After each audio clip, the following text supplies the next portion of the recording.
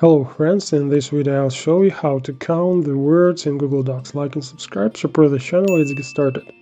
So the Google Docs document is open, and in order to check the number of words in the document, go to the Tools tab and select Word Count. You can also open this window a little faster using the keyboard shortcut Ctrl-Shift-C.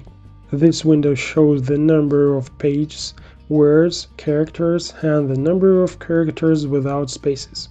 Select Display Word Count while typing, and now we can see how the number of words changed in real time.